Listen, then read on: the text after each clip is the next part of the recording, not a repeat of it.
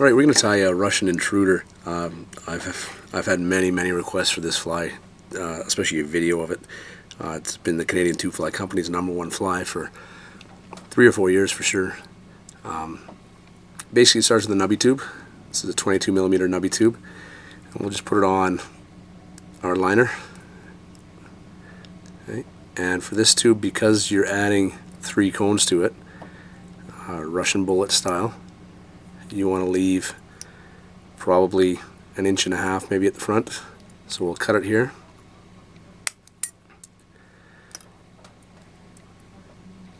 And we'll take the back end and just melt it so that the nubby stays on securely. Try not to light it on fire like I just did. Okay. So you've got that little ridge now that holds it in place. Okay. So again, you've got the nubby tube at least 1.5 inches in the front, and we'll put it onto our needle. Okay. Wedge it on pretty firmly.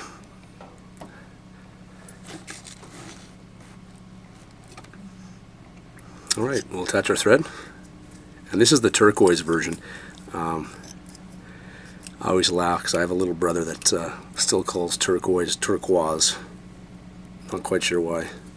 It always makes me laugh when I say the word turquoise. Okay, so I'll attach the thread. You'll notice the nubby's pretty secure now with that ball of thread in front. And the first thing I'm going to add on is a little bit of Lady Amherst pheasant. Now, if you've ever worked with Lady Amherst center tail fibers, sometimes they're called zebra feathers. They've always got one long side, and then the other side of the feather is a short side. So what I'll do is I'll just take from the long side, I'll take maybe clumps of about 4 or 5 barbs. I'll tie it in. Now some tires like to go with dubbing loops on this and put it right into a dubbing loop and then spin it on.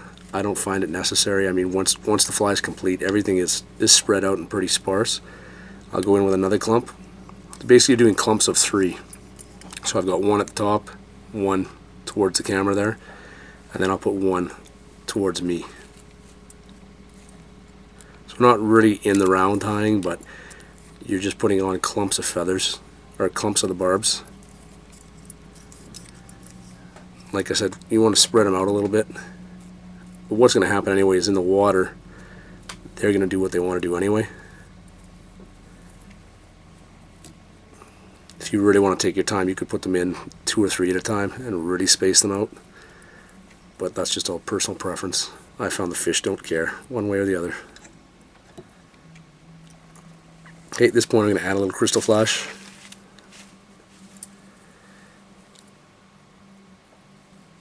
And I usually put some on top and some on bottom, because this is a pretty bulky fly. So 4 or 5 strands on the top.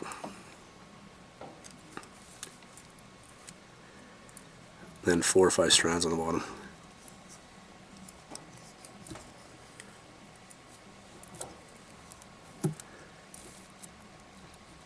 Now the thing to remember with this fly is, with Russian Intruders, they look incredibly goofy as you're tying them.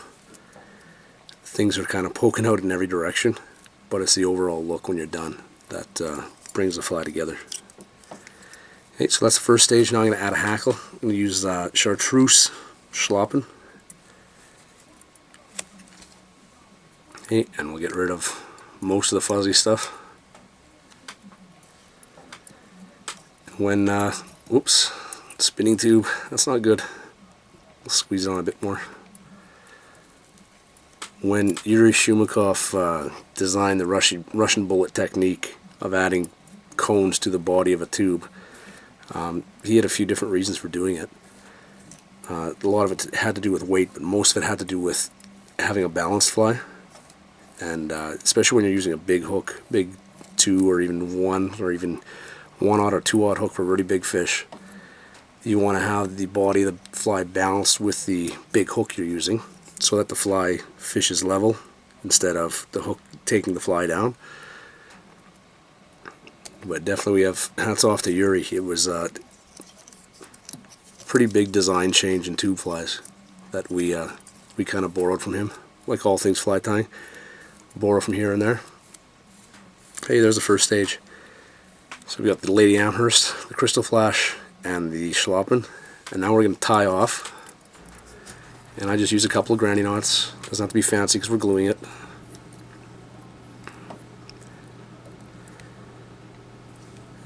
So every stage of this fly, whenever you tie off, you kind of glue we call them kind of in between heads. So it's almost like you have the head of a fly, but we'll glue it up.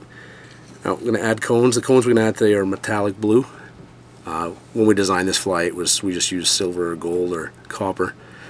But the blue kind of adds to the effect of the color we're doing today. So you got the metallic blue cone. Tie it on and really kind of push it back as we snug the thread up so everything's nice and tight. Okay, so there's the first cone. You can see as it looks, you could almost fish that by itself, but of course there's much more to the fly than this. Alright, at this stage we're going to add Silver Doctor Blue Schlappen feather. The best part about the Russian Intruder is you don't have to add the Amherst and Flash in between every cone. In between the first and second cone, we usually just do a hackle of Schlappen and that's it. If you add too much, it's almost like too much of a good thing. If you add too much Amherst or too much Crystal Flash, you can get to be a very goofy looking fly. Right, so we'll just tie in the Schlappen 5 or 6 times around, combing it back as you go.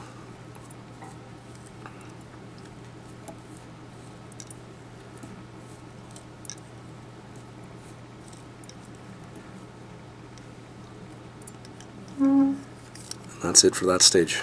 Whoops.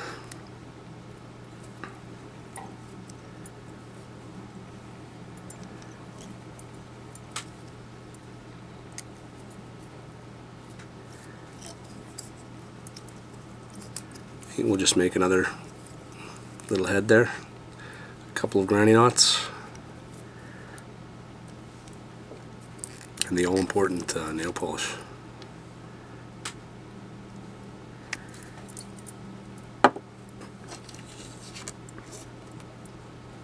Next comes another tube, or pardon me, another cone.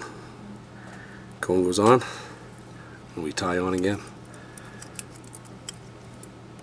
Again, pull back on the cone and really get that cone cinched up to the other material. And you can kind of just use your fingers to draw out some of the fibers and Crystal Flash, and you can start to see what this fly is going to look like. Alright, at this point we're going to add more Lady Amherst center tail fibers. And because we're going towards the front of the fly now, we want to make sure these are as long as we can get them. And tie them on in 3 clumps again like we did before. So there's one. Again, the clumps are about 5 or 6 fibers. If you go too overboard with the Lady Amherst, it just ends up all clumping together in the water, and it doesn't really look the way it should.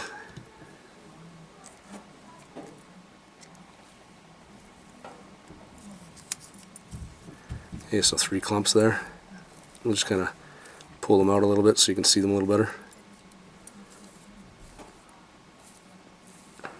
All right, and again we're going to add more Crystal Flash in 2 clumps. Now on the back I added some on the top and the bottom. This time I'll add some on the sides, I guess, just to even it out a little bit. So right there on the side, and then on the side facing me.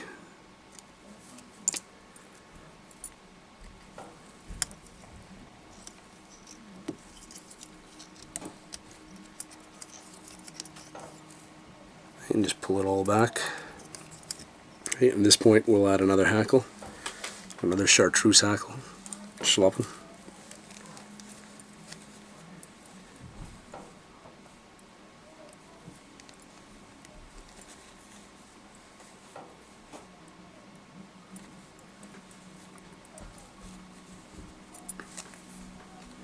Trim the fuzzies away again.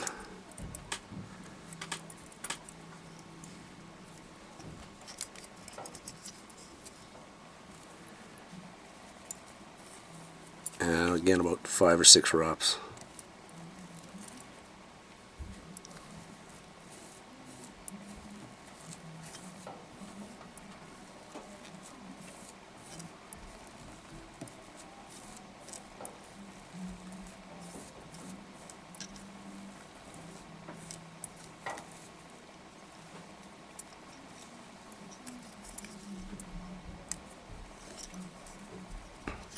We'll just pull it all forward.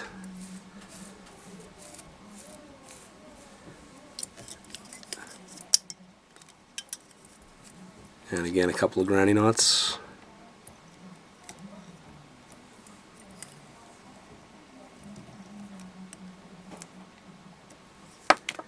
And varnish again.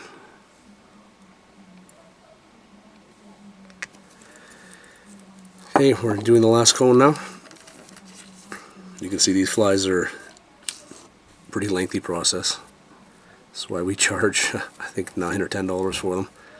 They take a while to tie, but they're definitely worth it. Okay, last cone goes on. We reattach our thread. Now this time, because we want to get the turquoise color, we added the lots of chartreuse Lady Amherst. This time we're going to add blue. I've got some really nice long stuff here. I kind of want to go a little bit more heavy with the Amherst now, because this is the last Amherst that'll be on the fly.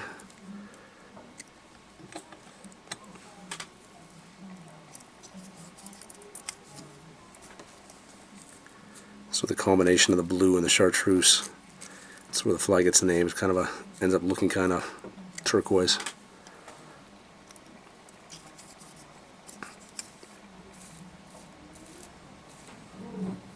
And another big clump on the bottom.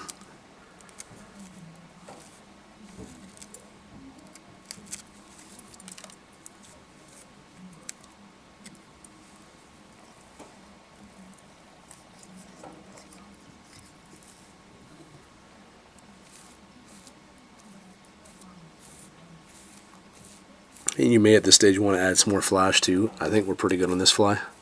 Too much flash is a bad thing, I think. But it's all personal preference. You want to just brush out the Lady Amherst fibers.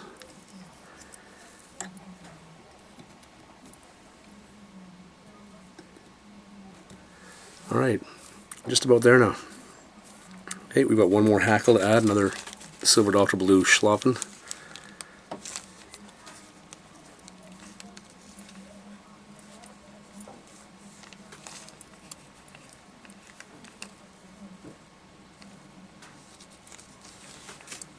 Again, trim the fuzzies.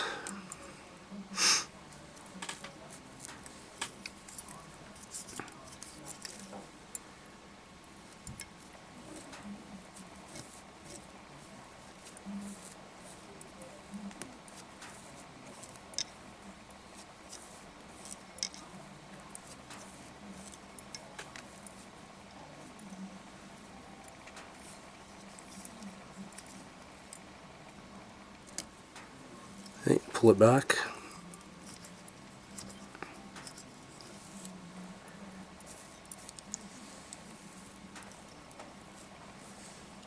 Right, and like I said at the start of this video, they look really goofy until you get the last stages done. So the last thing to add to this is a collar of guinea fowl.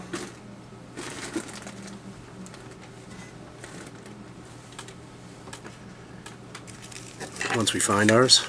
Hey, I found my guinea fowl. You want to try and get a nice feather with long fibers. Trim the fuzzies out again. And pull back from the top. And we'll tie that in tip first.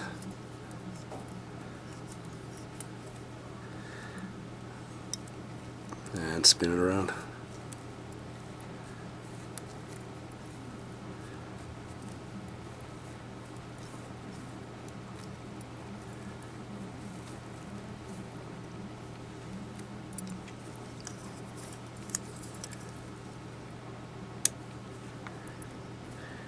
This is kind of where you have to give it a judgment call. Sometimes one guinea fowl feather is enough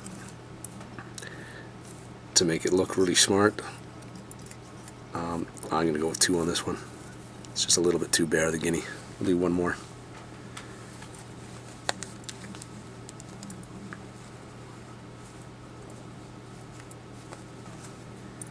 Okay.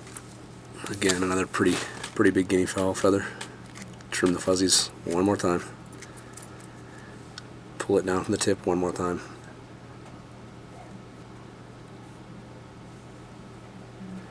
And tie it in.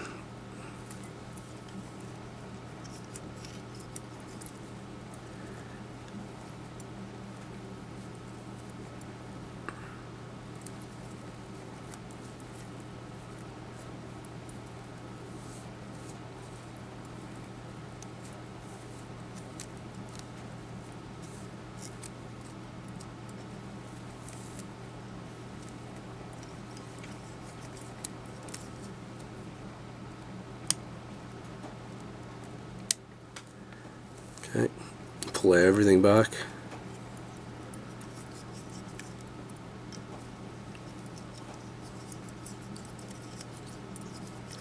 And start to get a head going here.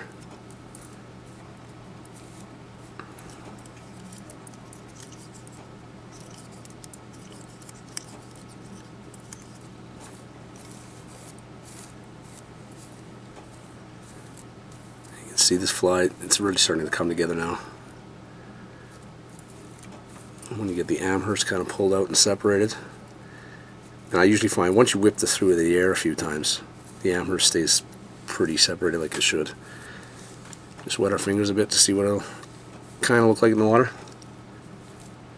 Okay. And then the finishing touches on this fly is definitely guinea fowl. I've said it on almost every video I've done and every demo I've done. It doesn't really matter, guinea fowl, but it really looks good on this pattern. So I want to get the biggest feathers I can right from the back of the cape. These are nice, really long ones, because I want to tie them in at least 1.5 inches long.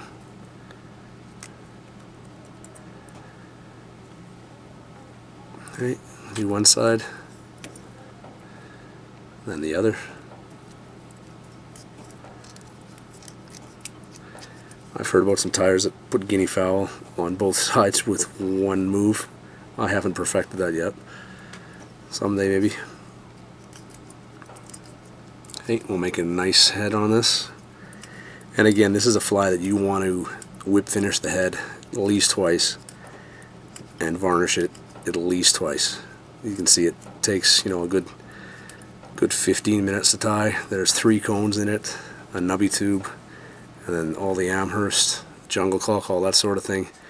It's a pretty pricey fly, either in time if you're doing your own or in cost if you're buying one. You want to make sure it stays together.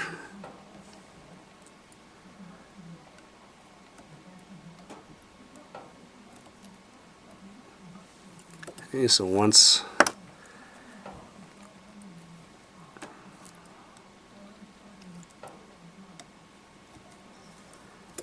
twice, and we've finished 1 more time.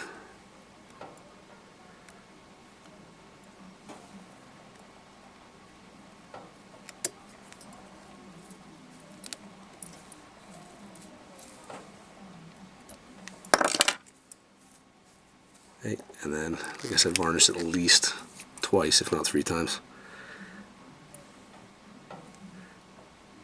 And what I just did there was really dumb. I varnished it without melting the lip. So I'll have to wait till it's dry now to melt that lip on the front. If I did it right now, my varnish, of course, or my nail polish would go on fire. So I'll just wait a couple of minutes. As I'm doing that, you can see just if you comb out the fibers, what a fabulous looking pattern this is.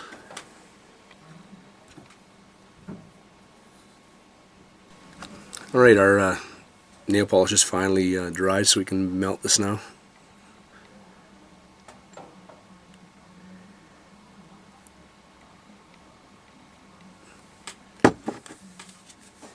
Alright, and like I mentioned before, you want to definitely put 2 or 3 coats of nail polish in the front so it's really secure.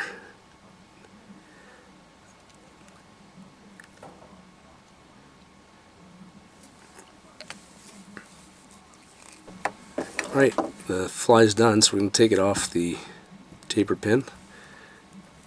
And I'm going to just expose the back of the tube.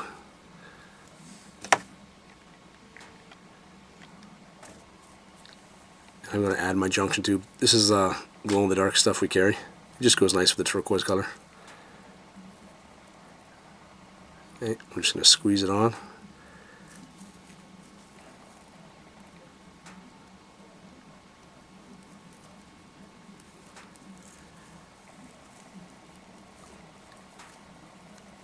Okay.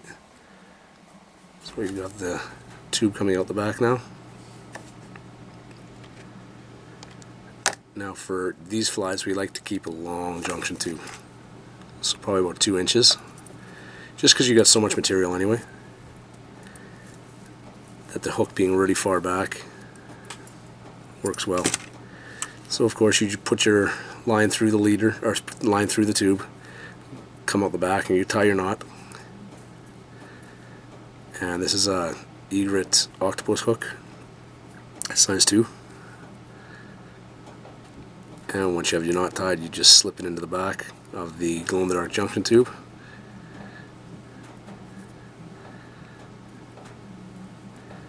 Okay. And there's your final fly.